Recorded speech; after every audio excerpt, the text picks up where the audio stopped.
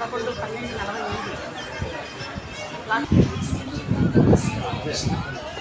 this is Anand Chaitanya. A small message from me to the public for our Indian నమస్కారం Srinivas Reddy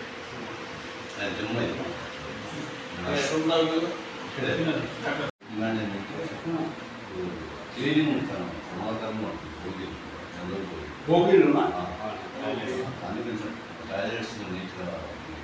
Kadapa railway station manager గారికి ఈరోజు CPM party ఆధ్వర్యంలో వినతిపత్రం ఇవ్వడం జరిగింది. వినతిపత్రంలో పేర్కొన్నటువంటి అంశాలని ఉన్నతాధికారుల దృష్టికి తీసుకెళ్లి కేంద్ర ప్రభుత్వం దృష్టికి తీసుకెళ్లి సమస్య పరిష్కారానికి కృషి చేస్తామని స్టేషన్ మేనేజర్ గారు మాకు హామీ ఇచ్చింది. ప్రధానంగా ఒక 3-4 అంశాలని మేము స్టేషన్ మేనేజర్ గారు తీసుకెళ్ళి, మొదటి విషయం ఏంటంటే రైల్వే బోగీలలో కంపార్ట్మెంట్లో బాత్రూమ్స్ చాలా ఇబ్బందికరంగా ఉంటున్నాయి. వాటిని సక్రమంగా శుభ్రం చేసే పని చేయకపోవడం వల్ల ప్యాసింజర్స్ తీవ్రమైనటువంటి ఇబ్బందులు పడుతున్నారు. కాబట్టి ఆ సమస్యని పరిశీలించి పరిష్కారానికి కృషి చేయాలని చెప్పి అడిగాం.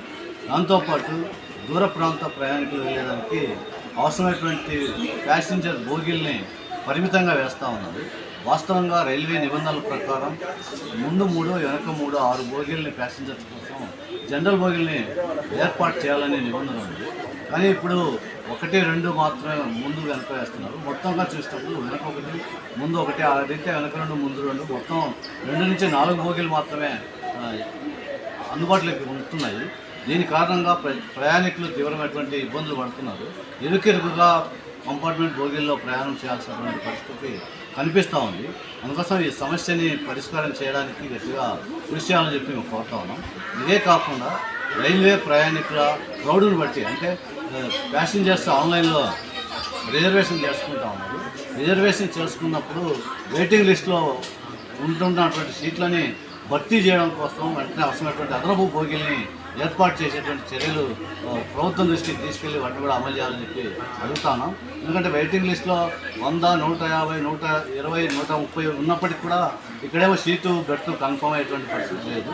అందుకోసం ప్రయాణికుల రిజర్వేషన్ యొక్క పరిస్థితులను బట్టి సామర్థ్యానికి అనుగుణంగా ప్రత్యేక అదనపు బోగీలు ఏర్పాటు చేసేలా ప్రభుత్వం, రెవెన్యూ అధికారులు, కేంద్ర ప్రభుత్వం ప్రత్యేక శ్రద్ధ పెట్టాలని చెప్పి మేము విజ్ఞప్తి చేస్తాం. దాన్ని కూడా ఆలోచించి ఉన్నతాధికారుల దృష్టికి తీసుకెళ్తామని చెప్పి, వీటితో పాటు రైల్వే స్టేషన్లో ప్రయాణికులు వాడేటువంటి నిత్యావసర వస్తువులు, అంటే వాటర్ బాటిల్ కానీ, లేకపోతే ఫుడ్ ఐటమ్స్ కానీ, లేకపోతే స్నాక్స్ కానీ, ఇట్లాంటి వాటిలో ధరల్లో వ్యత్యాసం ఉంటుందని చెప్పి ప్రజలు మా దృష్టికి తీసుకొచ్చారు. ఆ సమస్యను కూడా పరిష్కారం చేయాలని చెప్పి సిపిఎం పార్టీగా మేము మేనేజర్ గారికి వీటన్నింటినీ తప్పకుండా హామీ మాకు ఇచ్చారు. అందుకోసం ఈ సందర్భంగా కూడా ఈ సమస్యల పరిష్కారం కోసం రానున్న కాలంలో సిపిఎం పార్టీ ఆందోళన చేయాలని అనుకుంటున్నాం. కాబట్టి ఈ ఆందోళనకి ప్రజానికం కూడా మద్దతుగా అండగా నిలవాలని చెప్పి విజ్ఞప్తి చేస్తా ఉన్నాం.